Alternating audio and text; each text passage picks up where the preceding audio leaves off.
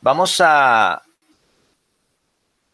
revisar, vamos a continuar con la revisión de los sistemas motores y vamos a revisar dentro de esos sistemas motores el papel funcional del cerebelo. Vamos a mirarlo de una manera general, sin entrar en detalles de la parte anatómica ni de la parte de circuitos, de la gran cantidad de circuitos que involucra esta estructura. Entonces, anatomía funcional del cerebelo. Entonces, el cerebelo es un órgano que está ubicado en la fosa craneal posterior. Fosa craneal posterior. Es un órgano que comparativamente, para el área que ocupa, contiene más neuronas que cualquier parte del sistema nervioso. Eso tiene que ver con dos factores. Por un lado, el tamaño de sus neuronas y por otro, la naturaleza anatómica del cerebelo que hace que sea una estructura completamente plegada y lo que hace que en una menor área pueda tener muchas más neuronas. El cerebelo está en la fosa craneal posterior, ubicado dorsalmente al tallo cerebral. Dorsalmente al tallo cerebral. Entre él y el tallo se encuentra el cuarto ventrículo, que corresponde a la cavidad de las estructuras que embriológicamente se originan del romboencéfalo, protuberancia, bulbo raquídeo y cerebelo. Entonces, este es el cuarto ventrículo. El techo de ese cuarto ventrículo lo constituye el velo medular superior. Cuando se hace un corte por la línea media, o sea, un corte sagital o medio sagital, se puede observar que el cerebelo está unido por el vermis. Y el vermis presenta unas folias que parecen las hojas de un árbol, ¿sí? Las hojas de un árbol, y pues a ellas se denominan pues folias del vermis del cerebelo. Anatómicamente, como lo ven ustedes en esta imagen, el cerebelo, aquí tenemos una vista superior, aquí tenemos una vista inferior. Entonces, el cerebelo está constituido por dos hemisferios. Un hemisferio cerebeloso derecho, un hemisferio cerebeloso derecho, un hemisferio cerebeloso izquierdo y la parte central que corresponde al vermis. Anatómicamente, el cerebelo se divide en un lóbulo anterior, un lóbulo posterior y un lóbulo flóculo nodular. El lóbulo anterior está delimitado del lóbulo posterior por la fisura prima o fisura primaria. Si vemos esta vista inferior, en esta vista inferior, reconocemos el lóbulo anterior, el lóbulo posterior.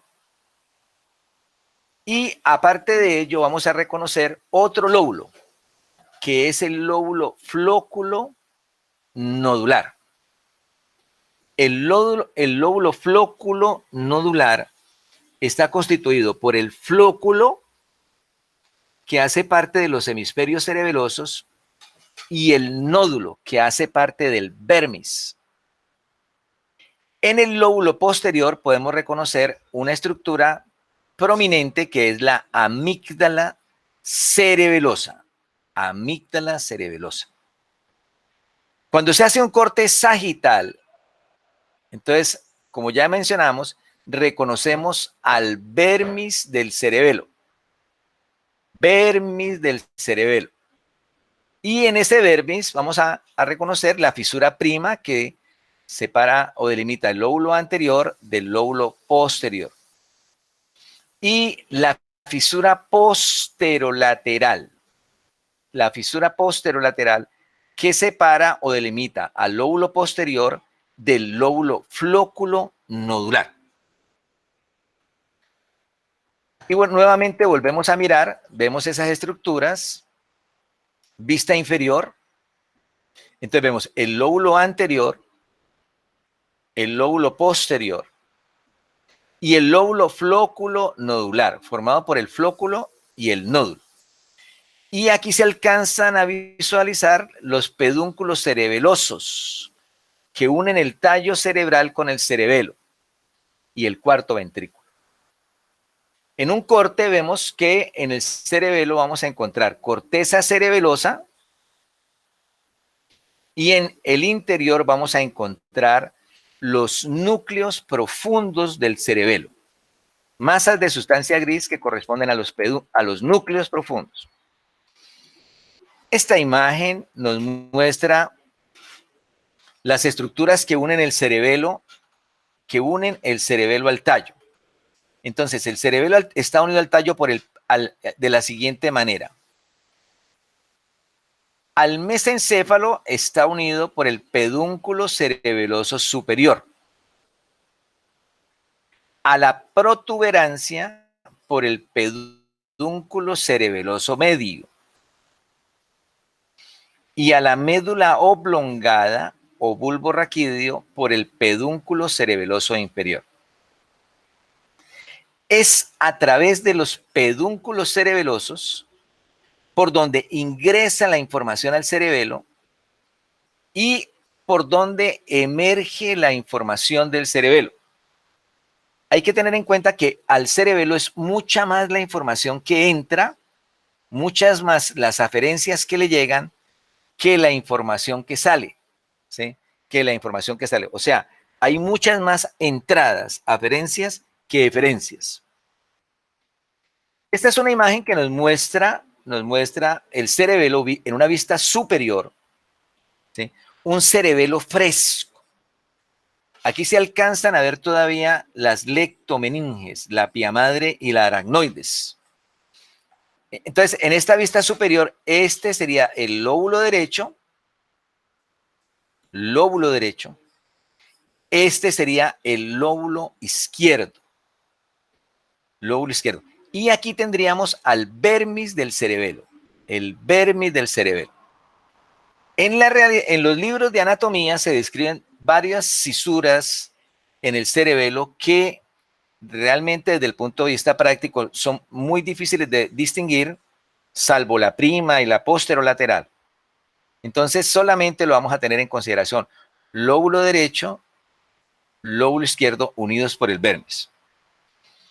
Cuando miramos un bloque o una muestra de cerebelo fresca en su visión inferior, entonces reconocemos, ¿sí?, el hemisferio cerebeloso derecho, el hemisferio cerebeloso izquierdo. Y en el lóbulo posterior reconocemos la amígdala cerebelosa, que está en una estrecha relación con el bulbo raquídeo o médula oblongada. Desde el punto de vista clínico, cuando hay un aumento de la presión intracraneal, por ejemplo, por un hematoma o por un tumor o por un trauma, la amígdala puede protruir hacia la parte central y comprimir el bulbo raquídeo. O inclusive puede ser tanta la presión que puede protruir por el foramen o agujero magno. Bueno, en esta vista también vemos al flóculo. Este es el flóculo. No se alcanza a ver el nódulo porque tenemos aquí presente al tallo cerebral. Pues esto es lo que vemos nosotros cuando vemos un corte sagital, ¿sí? Cuando vemos un corte sagital, entonces vemos el mesencéfalo, la protuberancia, el bulbo raquídeo y el vermis del cerebelo. Entonces, entre el cerebelo y el tallo ubicamos el cuarto ventrículo. Y el techo del cuarto ventrículo lo constituye el velo medular superior, ¿sí? Y estas son las folias del vermis. Entonces, aquí podemos reconocer la folia que está pegada al velo medular superior, es la língula, es la folia más pequeña. Y aquí vemos la fisura prima, ¿sí? Entonces aquí estaría la língula, el lobulillo central, esto sería el culmen, ¿sí? Y aquí el declive, y entre el culmen y el declive la fisura prima, ¿sí? Entonces, vemos acá nuevamente, esta ya es una representación de las folias del vermis, aquí están enunciadas, por favor no, a este nivel no se preocupen por identificarlas, la língula, el lobulillo central, el culmen, el declive, el folio, el túber, la pirámide, la úvula y el nódulo. Y volvemos a recalcar que entre el culmen y el declive está la fisura primaria y entre el lóbulo posterior y el nódulo estaría la fisura posterolateral.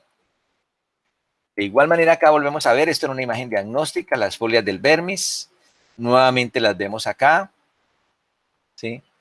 Velo medular superior, língula, lobulillo central, culmen, y entre el culmen y el declive la fisura prima o fisura primaria. ¿Ya? Culmen, declive, folio, túber, pirámide, úvula y nódulo. Estas serían las folias del vermis del cerebelo. Esto es un corte transversal del cerebelo donde podemos ver la corteza. Al hacer un corte, entonces reconocemos que en el cerebelo reconocemos sustancia gris alojada en la corteza del cerebelo, ¿sí? Y la mayor parte de esa corteza cerebelosa está en lo profundo de los numerosos surcos que hay en los hemisferios cerebelosos, ¿sí? Encontramos los núcleos profundos del cerebelo, que son masas de sustancia gris que están dentro de él, ¿sí? Y sustancia blanca.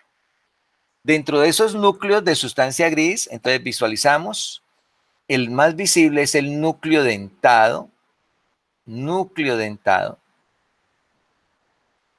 y hacia la parte central veríamos el núcleo fastigial o del techo en el centro, y entre ellos y el núcleo dentado, los núcleos globoso y emboliforme, que en su conjunto se conocen como núcleos interpuestos o interpósitos. Estos son los núcleos profundos. Esta es una coloración donde les muestra nuevamente, vemos allí los núcleos profundos, ¿sí? Y el que se ve más claramente es el núcleo dentado. El cerebelo es una parte del sistema nervioso que tiene una amplia irrigación. La irrigación de este órgano proviene por ramas de las arterias vertebrales, que dan una arteria que llama la cerebelosa posterior inferior o pica, que va a irrigar la porción posterior e inferior del cerebelo. Las dos vertebrales se unen y forman la arteria basilar, ¿sí? Y de la basilar sale la arteria cerebelosa anteroinferior, que irriga la porción anterior e inferior del cerebelo. Y la basilar emite otra rama que es la cerebelosa superior, que irriga, como su nombre lo dice, la porción superior del cerebelo. Entonces, el cerebelo es irrigado por ramas de lo que llamamos en anatomía el sistema vértebro-basilar. El cerebelo lo podemos clasificar de dos formas: filogenéticamente y funcionalmente. Filogenéticamente, el cerebelo se clasifica como arquicerebelo, paleocerebelo y neocerebelo. Funcionalmente, al arquicerebelo lo denominamos vestíbulo cerebelo. Al paleo espinocerebelo, y al neocerebelo lo llamamos cerebrocerebelo o pontocerebelo. El arquicerebelo su función principal es el mantenimiento del equilibrio estático, mantenimiento de la postura erguida. El espinocerebelo tiene como función principal el mantenimiento del equilibrio dinámico, particularmente cuando estamos caminando, ¿ya? Y el neocerebelo tiene como función la facilitación, planeación, precisión, finura de los movimientos. Si bien desde el punto de vista clínico es válido e importante hacer esa división funcional del cerebelo, desde el punto de vista funcional, todos los tres componentes del cerebelo están actuando constantemente, no actúan de manera independiente. Pues aquí estamos viendo una representación como si hubiéramos abierto el cerebelo,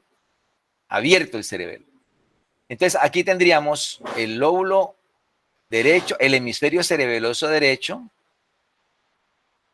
el hemisferio cerebeloso izquierdo, el vérmis del cerebelo, ¿sí? ¿Ya?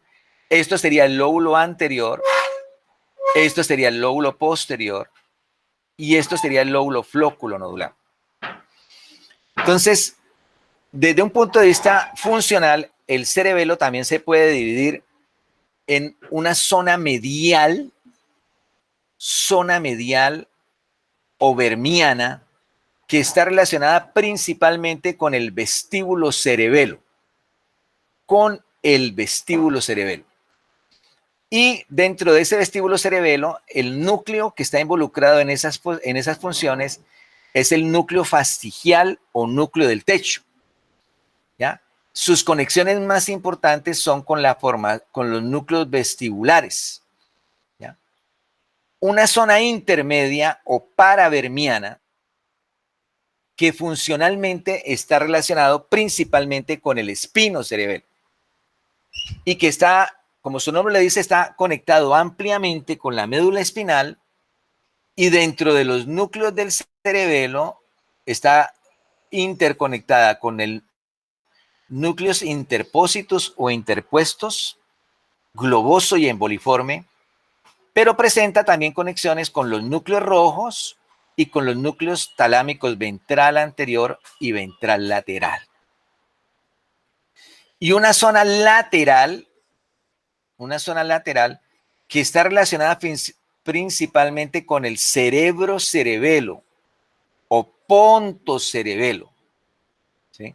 O neocerebelo, que está interconectada primordialmente, recibe conexiones de la protuberancia de los núcleos pontinos, que a su vez están interconectados con la corteza cerebral,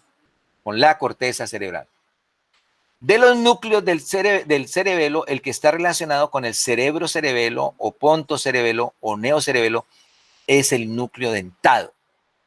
De igual manera vamos a encontrar conexiones con los núcleos talámicos, ventral anterior, ventral lateral. Y como un componente que está estrechamente relacionado con el vestíbulo cerebelo, encontramos el lóbulo flóculo nodular. Que como su nombre lo dice, hace parte del vestíbulo cerebelo. Esas son sus principales conexiones, pero de igual manera va a tener amplias conexiones con la formación reticular.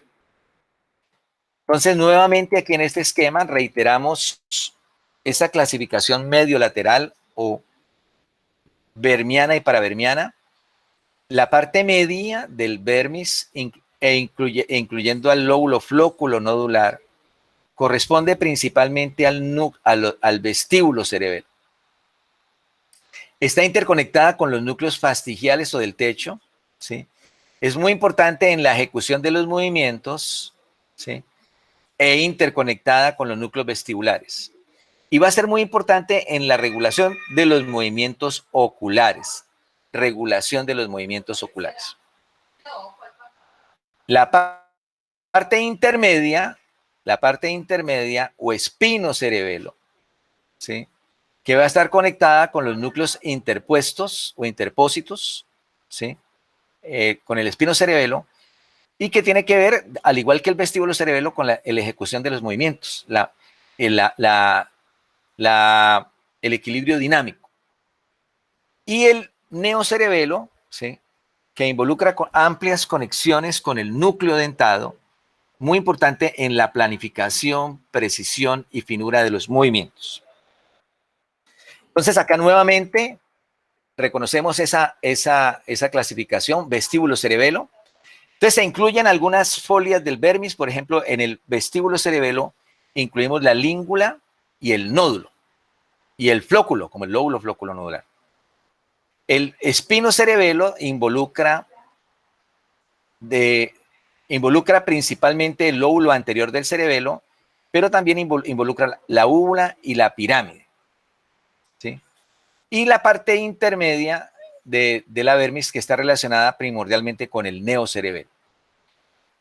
Entonces, nuevamente, el criterio no solamente en la división del cerebelo en lóbulos, sino que es importante esta clasificación que he venido reiterando, vermiana y paravermiana. Vermiana principalmente con el vestíbulo cerebelo, intermedia con el espinocerebelo y lateral. Y vamos a ver que en el cerebelo hay una representación somatotópica del cuerpo. Somatotópica del cuerpo. Entonces, nuevamente, vestíbulo cerebelo, aquí está la clasificación, involucra al nódulo y al flóculo, al lóbulo flóculo nodular y la língula. Entonces, tiene que ver con el balance postural, con los ajustes y regulación de los movimientos oculares. Espinocerebelo, principalmente el lóbulo anterior, muy importante en el control de los movimientos, en el mantenimiento del tono, en la coordinación de los movimientos. Y el lóbulo posterior, que está relacionado primordialmente con el cerebro-cerebelo o ponto-cerebelo. Esta imagen que ustedes están viendo allí, ¿sí? Muestra, si ustedes tienen presente el homúnculo que se representa en la corteza motora y en la corteza sensitiva, en el cerebelo también hay una representación mucho más compleja del cuerpo humano. Esto se ha determinado a partir de estudios funcionales, ¿sí? En humanos, a partir de estudios utilizando espectromografía por emisión de positrones y estudios en animales. Entonces, la zona media del cerebelo está relacionada principalmente con el equilibrio estático, vestíbulo cerebelo. Y se ha encontrado que regula los movimientos del esqueleto axial, o sea, los músculos del cuello, los músculos del tronco, los músculos de la pelvis. El espinocerebelo está relacionado con el control o regulación de los movimientos de la parte proximal de los miembros, brazo, antebrazo, o si estamos hablando de miembro inferior, muslo y pierna. Y el cerebro-cerebelo, que es ya está relacionado principalmente con el control o regulación de las partes distales, los pies y las manos, que es donde tenemos mayor finura y precisión en los movimientos. Entonces, es importante que tengan en cuenta que esta representación, no hay que aprendérsela, pero muy importante tenerla en cuenta. Las lesiones del cerebelo, ¿sí? Las lesiones del cerebelo se evidencian principalmente por alteraciones de los movimientos, lo que llamamos ataxias. Entonces, esto es algo típico de una lesión cerebelosa, ¿sí? De una lesión que puede comprometer el vestíbulo y el espinocerebelo. Entonces, cuando hay lesiones del cerebelo, la persona tiene dificultad para mantenerse erguida. Entonces, una de las consecuencias es que la persona aumenta el plano de sustentación, separa los pies para ampliar la base de sustentación y no caerse.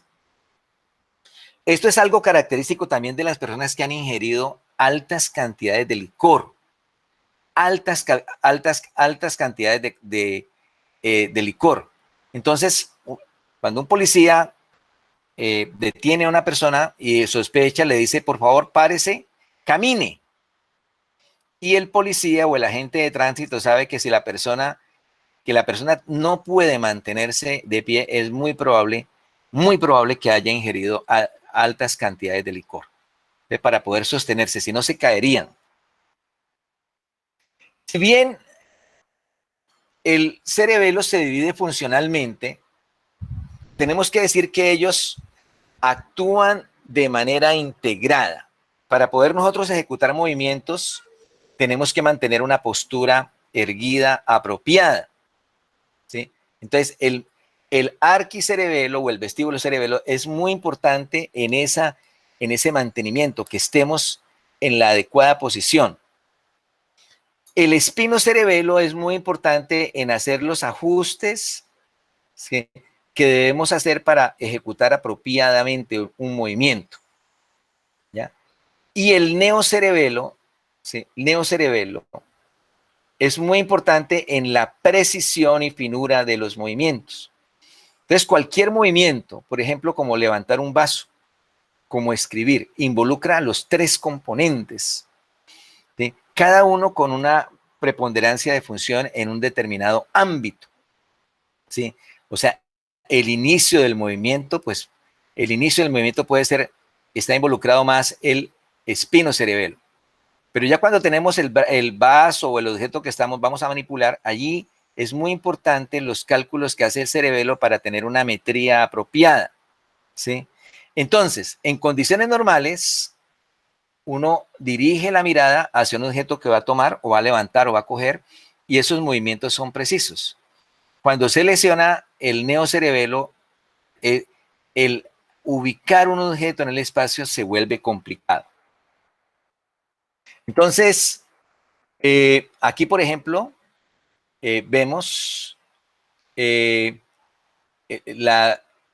reiteramos que las alteraciones del cerebelo se evidencian principalmente por las ataxias, que son movimientos descoordinados, alterados, ¿sí?, y por la dismetría, típico de la lesión del cerebro-cerebelo o palio-cerebelo o neocerebelo. Entonces, si a una persona normal se le pide que dirija su dedo hacia la nariz, ella lo va a hacer de manera apropiada. Va a dirigir el dedo hacia la nariz. Si hay compromiso del cerebro-cerebelo, la persona no puede dirigir adecuadamente el dedo hacia donde le pide el evaluador. Eso es lo que se llama una dismetría, característico de las lesiones del neocerebelo. ¿Ya? El cerebelo tiene una corteza que tiene tres capas: la capa molecular, la capa de las células de Purkinje, la capa granular. Y estas células son muy importantes en la función de esa estructura. Pues acá están esas capas. Las células de Purkinje son unas células espectaculares, tienen una gran cantidad de árboles dendríticos con muchas dendritas, ¿sí? Estas son técnicas de inmunofluorescencia y acá está su axón. De tal manera que las células de Purkinje tienen una capacidad de conectividad bastante grande por la gran ramificación que tiene. ¿Ya? La gran ramificación. Una sola célula de Purkinje a través de sus dendritas puede recibir una gran cantidad de información. Y su axón, que se dirige a los núcleos profundos, puede de igual manera dejar ramitas en la corteza y establecer muchas conexiones. Este es el patrón general de conexión del cerebelo. Entonces, como hemos dicho, la mayor parte son entradas, aferencias al cerebelo. Entonces, las entradas que ingresan por los pedúnculos cerebelosos, ¿sí?, pueden dejar ramitas, hacer conexión en los núcleos profundos y dirigirse a la corteza. Las aferencias del cerebelo son excitatorias y utilizan como neurotransmisor el glutamato. Las eferencias se originan en las células de Purkinje. Su axón hace sinapsis en los núcleos profundos del cerebelo, ¿sí? Siempre se va a dar ese patrón. Células de Purkinje, núcleos profundos, y los núcleos profundos envían sus axones a los órganos blanco, diana, por ejemplo, a generalmente a estructuras localizadas en el tallo cerebral. Cada componente del cerebelo tiene particulares conexiones. Entonces, la principal conexión del vestíbulo cerebelo proviene de los núcleos vestibulares, ¿sí?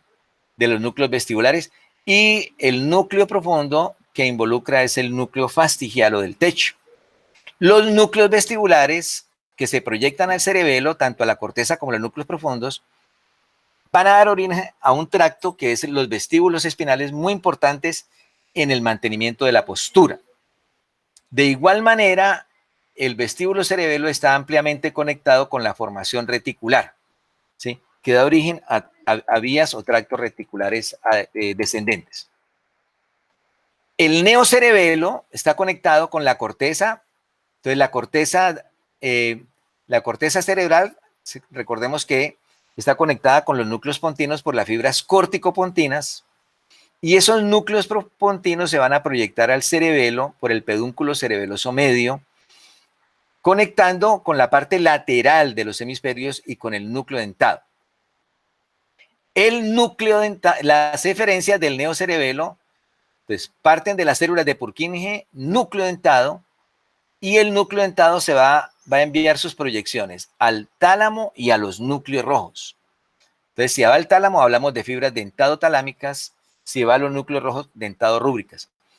Estas conexiones son muy importantes en la precisión y finura de los movimientos. Entonces, las fibras córtico-pontinas y las corteza, las fibras pontocerebelosas. Y el otro aporte importante al cerebelo proviene del complejo olivar inferior, los núcleos olivares inferiores que proyectan información a la corteza cerebelosa. Es el cerebelo junto con los núcleos basales va a ser muy importante en todo lo que tiene que ver la planeación y en la ejecución de los movimientos. Y todos los tres componentes, el vestíbulo cerebelo, el espino cerebelo y el cerebro cerebelo, van a ser importantes. Entonces, todos los elementos anexos a un movimiento, la motivación, el contexto, ¿sí? De que el grado, el estado del movimiento son importantes allí. Esta imagen que está allí resume, con esta diapositiva termino la presentación, porque en esta diapositiva se sintetizan todas las funciones del cerebelo. Entonces, inicialmente habíamos destacado el papel del cerebelo en la ejecución, en los ajustes para ejecutar adecuadamente los movimientos. Y dentro de eso es importante la corrección de errores, el tiempo, la predicción de los movimientos. Pero el cerebelo también es importante en otros procesos como el aprendizaje, la memoria, ¿sí? Y como lo muestra esta imagen, aparte pues de lo que hemos mencionado, el componente motor, sus alteraciones se evidencian por las ataxias cerebelosas, la dificultad para ejecutar los movimientos. Pero se ha visto que el cerebelo es un componente importante en procesos de atención, en procesamiento del lenguaje, en el procesamiento visoespacial, en la toma de decisiones, en el razonamiento, y los estudios modernos muestran que las alteraciones del cerebelo también tienen consecuencias cognitivas. Hay alteraciones cognitivas e inclusive alteraciones emocionales o enfermedades o alteraciones como la esquizofrenia, el autismo, la depresión también han sido asociadas al cerebelo, ¿sí? O sea, este panorama, el espectro de la función del cerebelo es muy alto. También la dislexia, y esto puede ser explicado por el hecho de que en la lectura los movimientos oculares son muy importantes. Entonces, fíjense que lesiones del cerebelo también pueden tener alteraciones del lenguaje. Pues con esta diapositiva terminamos. Cada cosa, cada elemento que está mencionado acá da para ampliar en otros espacios, pero sí permiten sintetizar la tremenda importancia que tiene el cerebelo dentro del funcionamiento del sistema nervioso. Entonces, ya si se pretende ampliar más las conexiones, pues tiene que ir a los textos o podemos hacer en otras grabaciones donde se amplíe este panorama. Bueno, muchas gracias.